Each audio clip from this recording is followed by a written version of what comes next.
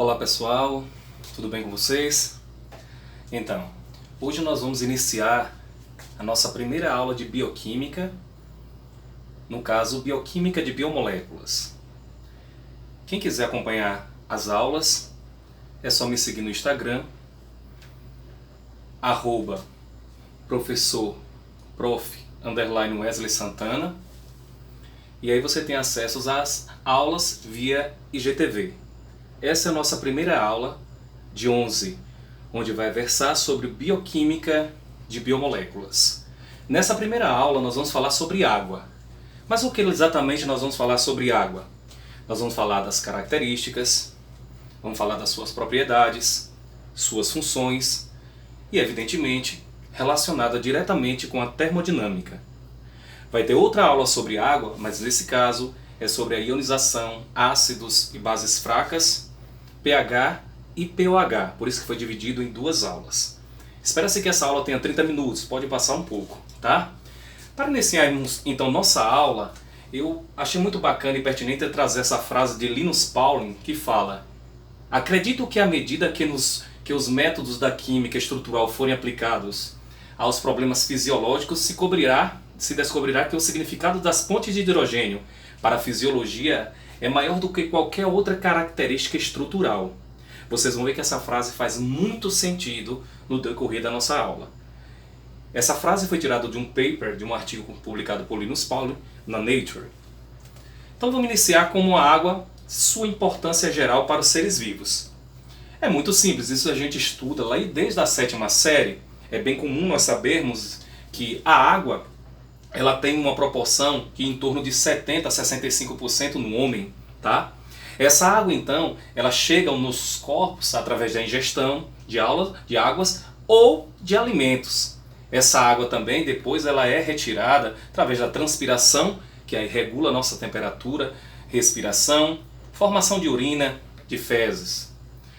Essa água também está presente em outros organismos e em vegetais. Se nós pegarmos aqui a alface, ela 95% é formado de água. A medusa, os quinidários lá, 90% é de água. Uma cenoura, 90% de água. O leite tem 87% na sua composição água.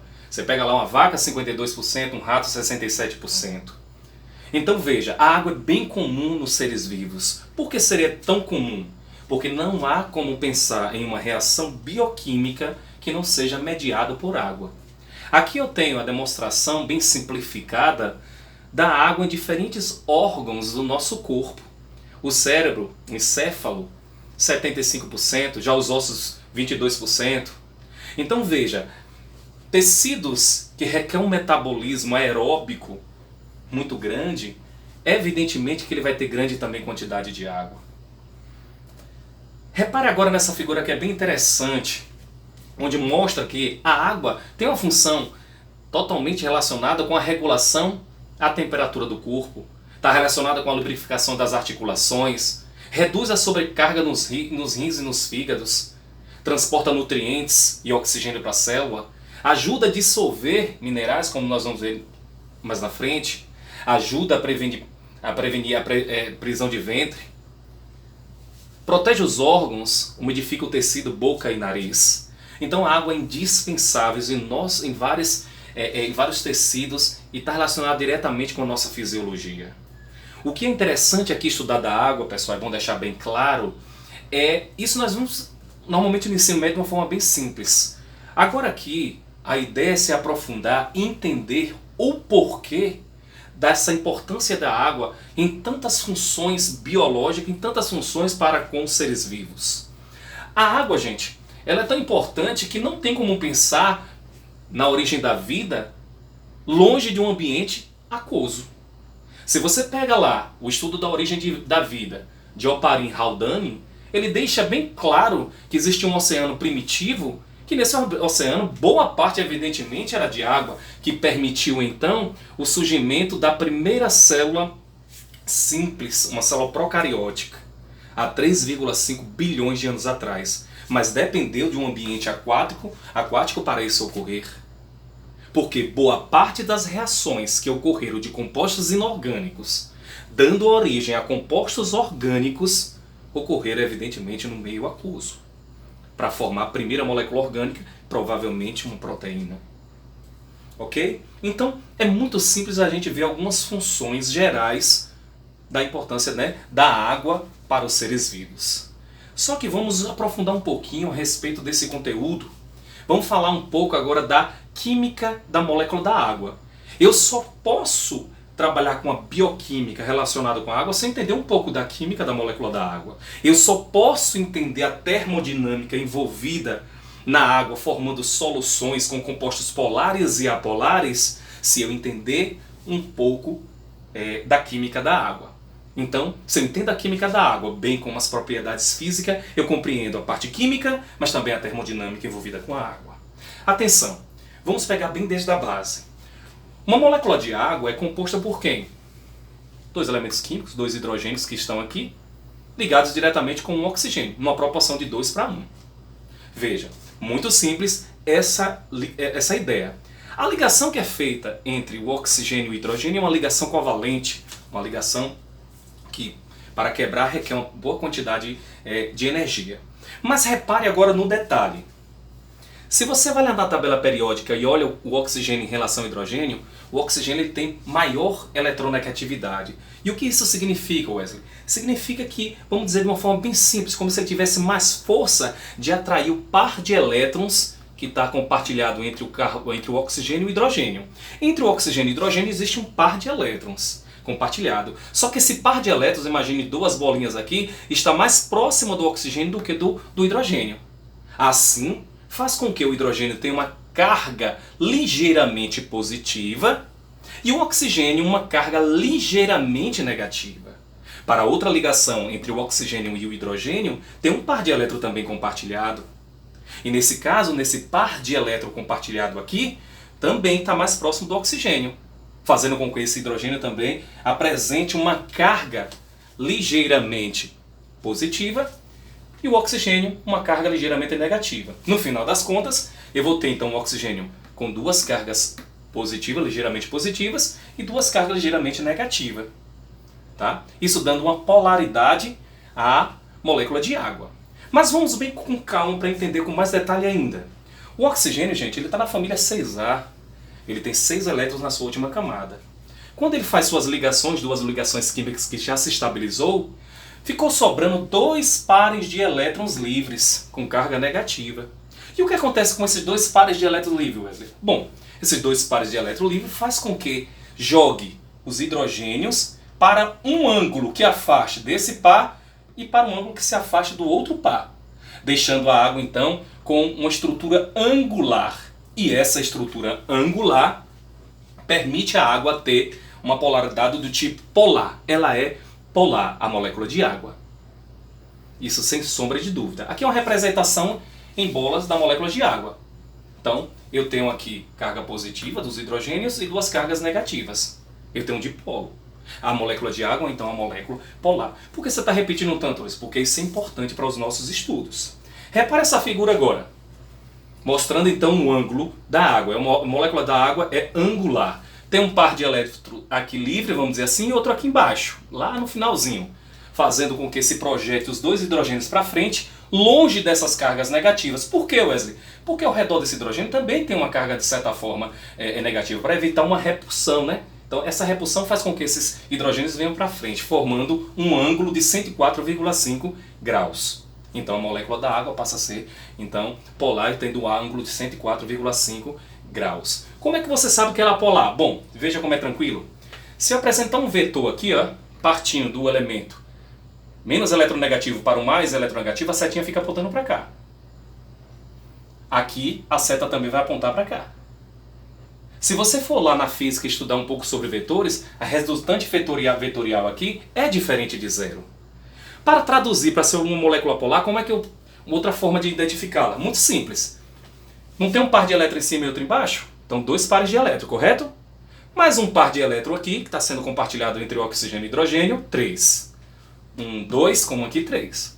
Mais um par de elétrons que está sendo compartilhado, 4. Então quantos pares de elétrons tem aqui na sua última camada? 4 pares. Quantos elementos químicos iguais estão ligados ao oxigênio? 2. 4 é diferente de 2? tornando assim a molécula passa a ser polar. Veja a diferença. Vê se não dá certinho. Aqui eu tenho um metano. Metano é polar ou apolar? Como é que eu vou saber disso? Simples. Eu tenho um carbono aqui. Quantas ligações ele está fazendo? 4. Não tem nenhum par de elétron livre, porque ele está na... não há possibilidade de par de elétron livre. Então conta comigo. 1 par, 2, 3, 4. Quantos elementos químicos iguais estão ligados ao carbono? 4 também. 4 é igual a 4. Então, nesse caso, a molécula é apolar. De uma forma geral, falando para facilitar. Se quiser, também você faz através de vetores. Quem é mais eletronegativo? Entre o carbono e o hidrogênio? O carbono. O vetor apontando para aqui. Entretanto, eu tenho outro vetor apontando para cima. Então, anula os dois vetores. Aqui, apontando para o carbono. E aqui apontando para o outro. Então, ele consegue se anular. A resultante vetorial é igual a zero. A molécula é apolar. Ou você faz isso, ou contando essas cargas e os elementos químicos. Muito bem. Já sei então que a água é polar. E o que isso faz, o que isso promove a molécula da água ela ser polar e ter esse ângulo de 104,5 graus aproximadamente. Veja. Repara comigo. Cada estrutura dessa é uma molécula de água, correto? Cada estrutura é uma molécula de água. Assim, há uma possibilidade desse hidrogênio que tem carga ligeiramente positiva interagir com o oxigênio que tem carga ligeiramente negativa. Essa interação, que não é de covalente, é uma interação intermolecular, tá? É uma ponte de hidrogênio que a gente chama. Então tudo em vermelho aqui você está vendo pontes de hidrogênio sendo feito com a molécula da água. A molécula da água, então, cada molécula da água tem a possibilidade de fazer 1, 2, 3, 4 pontes de hidrogênio. Essas pontes de hidrogênio são estáveis, Wesley? Não. Por quê? Espera-se que de 10 a 20 picosegundos, cada ponte de hidrogênio dessa é quebrada e reformulada rapidamente. Então ela quebra e se reformula rapidamente. Isso permite o que, Wesley, nessas fontes de hidrogênio? Que a molécula da água tenha coesão. Então uma molécula da água atrai a outra, permitindo essa propriedade de coesão. Tá? E essa coesão é muito importante, principalmente, por exemplo, para levar a água através do xilema para as plantas, através do xilema para as folhas. Eu preciso dessa coesão para subir a água, né? Uma das características é essa. Claro que tem uma pressão turgor, que não vou entrar em detalhe quanto a isso. Mas essa propriedade é importante, senão não teria como levar esta água. Essas pontes de hidrogênio também permite a formar a chamada tensão superficial. É como você chegar no lago e olhar de longe como se tivesse uma película. E aquilo ali é gerada a tensão superficial pelas pontes de hidrogênios. É tanto que alguns animais conseguem até caminhar. Muito bem. Eu só queria botar na tabela periódica aqui para facilitar a nossa compreensão um pouco sobre a eletronegatividade, para ela não ficar, que não tem muito macete com a química, entender melhor. Veja, em química a eletronegatividade, que é aquela capacidade, de uma forma geral, bem simples para vocês entenderem, de atrair aquele par de elétrons que eu falei nesse do oxigênio, ela cresce da esquerda para a direita e de baixo para cima. Sendo assim, os elementos mais eletronegativos da tabela periódica são nitrogênio, oxigênio e flúor. O FON, chamado FON. Então esses elementos mais eletronegativos da tabela periódica permite sim fazer ponte de hidrogênio. Como assim, Wesley? Se eu tiver uma molécula que tem nitrogênio, há a possibilidade de ela interagir com um hidrogênio. O oxigênio interagir com o hidrogênio, um flúor interagir com o hidrogênio. Então qualquer interação dessas três com o hidrogênio gerará uma ponte de hidrogênio, que é uma força intermolecular, entre moléculas polares, nesse caso, fraca, mas a união delas se torna forte. Sendo assim, a ligação de hidrogênio ou ponte de hidrogênio ocorre quando uma molécula polar e que possui hidrogênio ligado a elemento muito eletronegativo como FON, de forma que o hidrogênio de uma molécula estabeleça uma ligação com a outra molécula muito mais eletronegativa da anterior. Veja alguns exemplos. Eu tenho aqui, gente, olha que bonito. Eu tenho bases nitrogenadas aqui, ó, guanina se ligando com citosina lá do DNA, né? Aquela parte interna do DNA tem as bases nitrogenadas. E essas bases nitrogenadas, gente, elas são importantes porque ela tem na sua composição nitrogênio, tá? E oxigênio. E isso permite ela fazer quem? Ponte de hidrogênio. Veja, esse hidrogênio fazendo uma ponte de hidrogênio com o nitrogênio da citosina, o guanina aqui com o hidrogênio com a citosina, o oxigênio com o hidrogênio. E essas, nesse caso, guanina e citosina, ela consegue fazer 3 pontos de hidrogênio. Isso é imprescindível na hora lá da transcrição e o reconhecimento adequado dos nucleotídeos na hora que entra para polimerizar as moléculas. Essa seleção é ajudada pelas pontes de hidrogênios que são feitas, né? Aqui eu tenho a adenina com timina fazendo 2 pontes de hidrogênio. Então a ponte de hidrogênio é de suma importância. Vamos agora desmistificar algumas coisas. Veja, ponte de hidrogênio, ela não faz com que as 2 fitas de DNA se mantenham juntas. Não é isso, é outra força intermolecular. Cuidado com isso aí. A ponte de hidrogênio é importante para quem, gente? Imagine que esse fio aqui seja uma cadeia polipeptídica. E essa cadeia polipeptídica tem que formar uma estrutura de uma proteína funcional, que a gente chama de proteína terciária, né? Então vamos aprender isso lá na frente. E essas interações são feitas também por pontes de hidrogênio. Então aqui eu tenho um aminoácido interagindo com outro aminoácido, fazendo ponte de hidrogênio, estabilizando a estrutura secundária e por fim terciária. Tá? Aqui eu tenho 2 carboidratos, ó. E esses 2 carboidratos estão estabilizando também por pontes de hidrogênio. Então os carboidratos podem ter uma estrutura terciária e essa estrutura terciária é estabilizada por pontes de hidrogênio. Veja que interessante o que é que essa ponte de hidrogênio pode nos levar a concluir. Eu tenho aqui, gente, o butanol, é um álcool.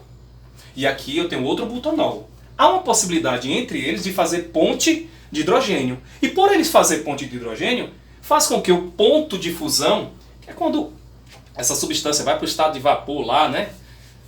Ela precisa, para ir para o estado de vapor, de 1017 graus Celsius.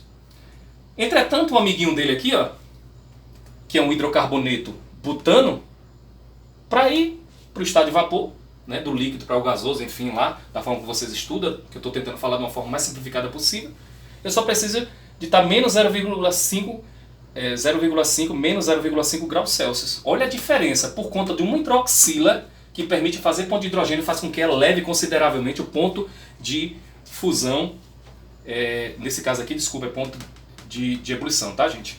Ponto de ebulição, eu escrevi errado. Muito bem, aí nós desaguamos nisso aqui, ó. A água, gente, então, veja, por fazer ponte de hidrogênio em relação a outras substâncias, ela faz com que tenha um ponto de ebulição muito alto por conta das pontes de hidrogênio. E, consequentemente, vai ter calor de vaporização, que nada mais é do que a quantidade de energia necessária para você converter 1 grama de um líquido no seu ponto de ebulição ao seu estado gasoso.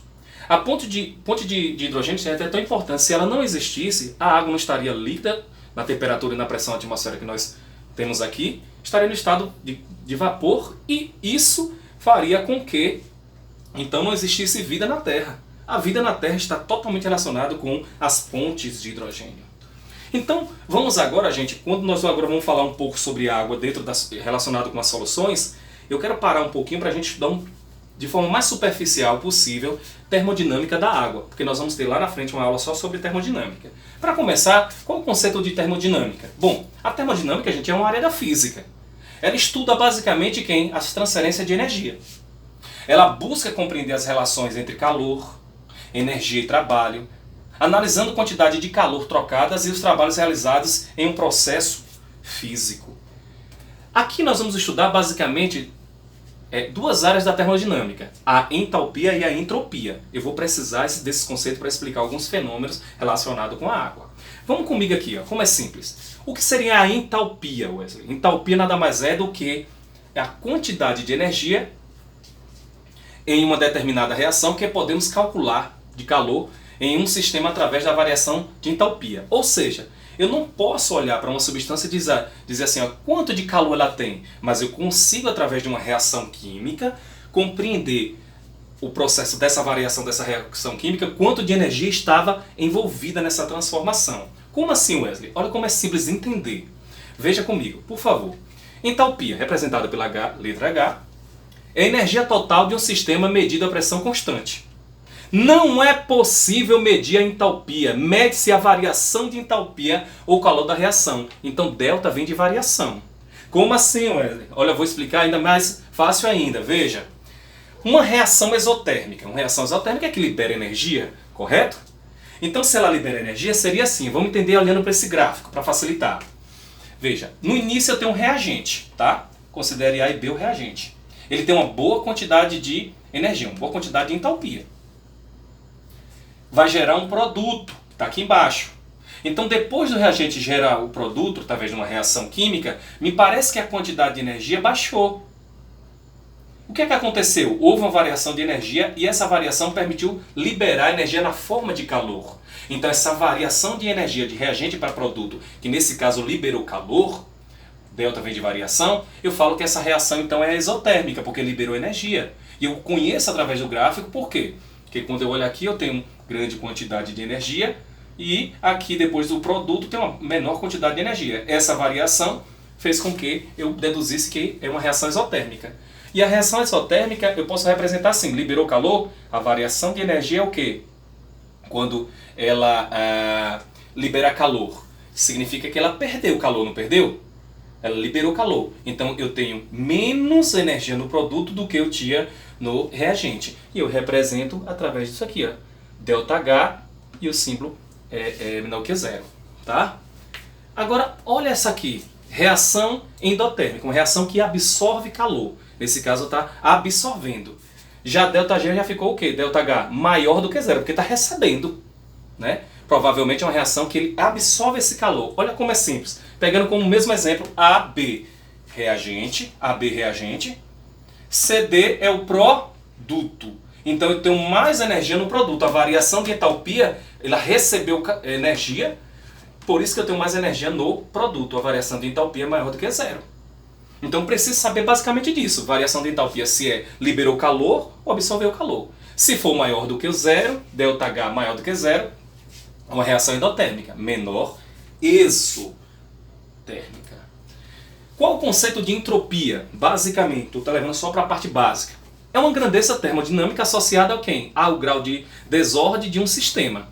Veja, eu tenho aqui todas essas bolinhas organizadas. Quando está toda organizadinha, eu posso falar que ela tem uma baixa entropia, porque a entropia está relacionada com a desordem de um sistema. É que eu tenho agora a alta entropia. Por quê? Eu tenho um grande desordem desse sistema.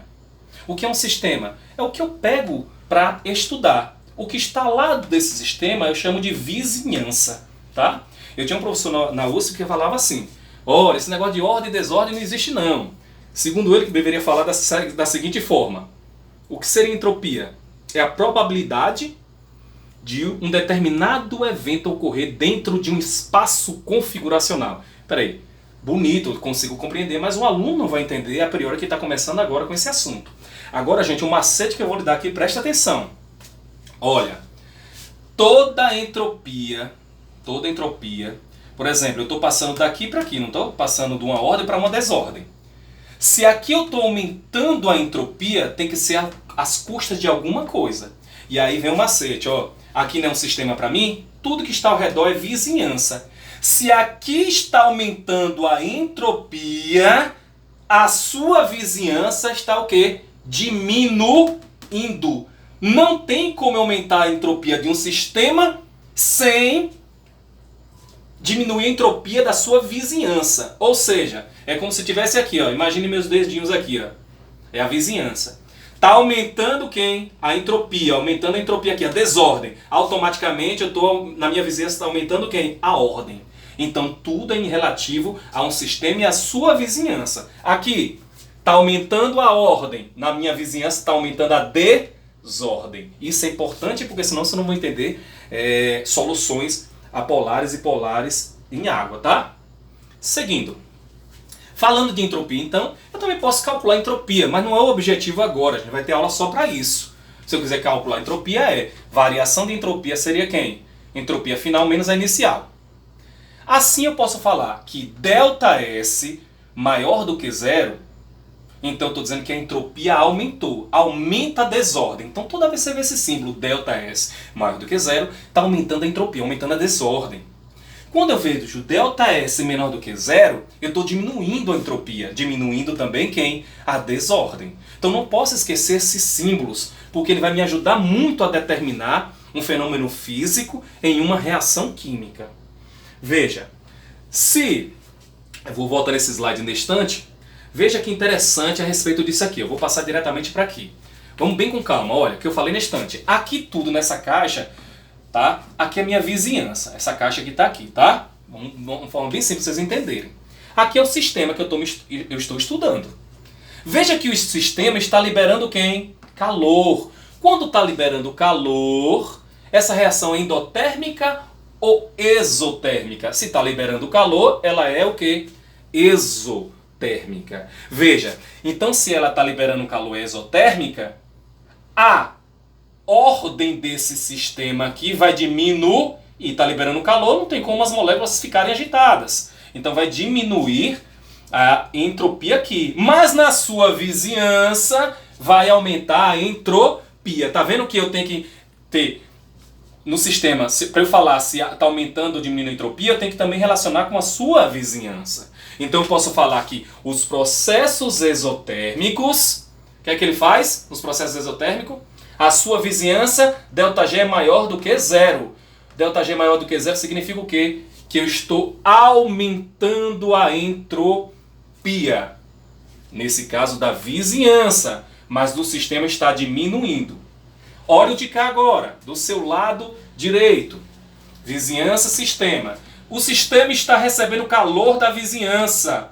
Então, nesse caso, está recebendo, o processo é endo, que ele está recebendo endotérmico. Então, a vizinhança, se está perdendo calor, a entropia está diminuindo, está aumentando a ordem, está ficando organizado. Já em contrapartida, o sistema está o quê? Começando a se movimentar muitas moléculas, está aumentando a desordem. Então eu posso falar que os processos endotérmicos, quanto à vizinhança, ΔS é menor do que zero. Por quê? Porque a vizinhança está perdendo calor, as moléculas estão ficando organizadas, está diminuindo a entropia. Já na sua vizinhança, no seu sistema, está recebendo o calor, as moléculas estão se agitando e aumentando a entropia. Não existe aumentar a entropia sem ser às custas da vizinhança, ou vice-versa. Então veja, assim pessoal, eu posso através de entalpia e entropia determinar aquela variação de energia de um sistema, que é a variação de energia de Gibbs, e determinar se uma reação é espontânea ou não espontânea. Olha como é simples, eu quero pegar só algumas coisas aqui para facilitar a sua vida. A expressão matemática é essa, que eu não quero que vocês saibam agora que vai ter aula para isso, mas se eu quiser calcular a variação de energia de Gibbs, é uma equação simples que envolve quem? ΔH, que é entropia, variação de entropia, menos temperatura e variação de entalpia. Muito bem, não quero que vocês trabalhem com isso agora, que vai ter aula para isso. Se eu tenho uma reação que a variação de entalpia é positiva, logo se ela é positiva, é endotérmica ou exotérmica, se é positivo. Isso que eu estou perguntando a você já tem que ter em mente. Lembra lá? Quando é positivo, vamos voltar aqui. Maior do que zero é porque é positivo. Então, endotérmica. Então, eu tenho positivo aqui. Tá? E quando for negativo ΔS, quando é negativo é porque está diminuindo a entropia, ou seja, está aumentando a ordem ali, né? Se eu tenho, então, sinal positivo e negativo, a reação é espontânea. Já quando eu tenho a reação exotérmica e a entalpia é positiva, ou seja, aumentando a desordem, a variação de energia também é espontânea. O que é que significa espontânea? Que se a reação ocorrer, não há necessidade de investimento de energia, a reação vai ocorrer por si só. Assim eu posso falar, se ΔG for maior do que zero, o processo é espontâneo. Se ΔG for menor do que zero, se ΔG for maior do que zero, é não espontâneo, e se for negativo, o processo é espontâneo. E se o ΔG for igual a zero, eu posso falar que o sistema está em equilíbrio, o indivíduo está morto, a célula está morta, ΔG é igual a zero. Bioquimicamente pode falar assim. Dessa forma, pessoal, eu posso agora falar a respeito da molécula de água. Olha que interessante. Água está no estado o quê? Sólido, partindo para o estado líquido, processo de fusão. A variação de entalpia é positiva. Por que positiva? Porque é endotérmica, eu tenho que absorver calor para sair do sólido para o líquido. Já embaixo, eu tenho líquido para o vapor. Também tem que absorver calor. Mas olha uma coisa que é interessante. Do sólido para o líquido, eu não estou quebrando ponte de hidrogênio. Por isso que é mais 7,3 aproximadamente kJ. Mas quando eu passo do líquido para o vapor, que eu tenho que quebrar as pontes de hidrogênio, requer uma boa quantidade de calor. 43, aumentou muito. Então, quanto à entalpia, o processo é esse. E se eu quiser observar esse processo vislumbrando a entropia? É muito simples. Se eu passo do sólido para o líquido, as moléculas no líquido estão se agitando mais do que no sólido. Então eu estou aumentando a entropia. Se eu passo do líquido para o vapor, também estou aumentando a entropia. Então eu posso falar que do sólido para o líquido, do líquido gasoso, o processo de entropia está aumentando. O contrário está diminuindo. Tá? É bom a gente ter essa noção a respeito da molécula de água. Seguindo, água, polar dissolve polar versus apolar dissolve apolar. Veja o que acontece. Para começar, a gente tem que ter uma noção muito boa de moléculas hidrofílicas e moléculas hidrofóbicas. Basicamente, o que é a molécula hidrofílica? É amiga da água, que se dissolve facilmente na água. Molécula hidrofóbica são aquelas moléculas que não se misturam homogeneamente com a água, não tem tanta amizade, por assim dizer, com a molécula de água, principalmente a gordura, a exemplo. Nós temos algumas moléculas biológicas que são hidrofílicas. A glicose é hidrofílica. Olha. Eu tenho aqui várias hidroxilas que lhe permite ela fazer ponte de hidrogênio com a água, tranquilamente. Veja onde eu quero chegar. Eu tenho aqui o lactato. O lactato ou ácido lático, eu tenho hidroxila também dá para fazer ponte de hidrogênio, tornando hidrofílica, sendo ela então hidrofílica. Glicerol, tem 3 hidroxilas, é um álcool, um triálcool aqui, ó. Dá para fazer boa quantidade de ponto de hidrogênio, logo ela se misturou homogeneamente com a água, vira uma solução, tá? Através de pontes de hidrogênio. Veja agora o ácido aspartico. Por que não aspartato, Wesley? Cuidado, gente, só você se ligar aqui, ó. Se liberar o hidrogênio, é aspartato. Ele vai terminar em ato, tá? Mas nesse caso não liberou o hidrogênio, não desprotonou. Nós vamos estudar também isso mais na frente. O aspartato, então, ele também tem a possibilidade de fazer o quê? Ponte de hidrogênio. Então, é uma molécula hidrofílica. Já o triacilglicerol, veja, os R's aqui são cadeias carbônicas. Então, não tem possibilidade de fazer, então, ponte de hidrogênio. Mesmo tendo um oxigênio aqui, gente, e uma carbonila em cima, não tem como fazer, porque a nuvem eletrônica é tão grande que não deixa ele interagir com a molécula da água. Tem baixa solubilidade em água. Você aqui pega fenilalanina, aí é uma molécula anfipática. Ó. Esse anel benzeno é apolar. Já aqui eu tenho 2 estruturas polares. Aí a gente chega até a entender um pouco agora o sabão. Toda essa cadeia carbônica aqui é apolar. Já a cabeça dela é uma molécula polar. Aqui é apolar, aqui polar.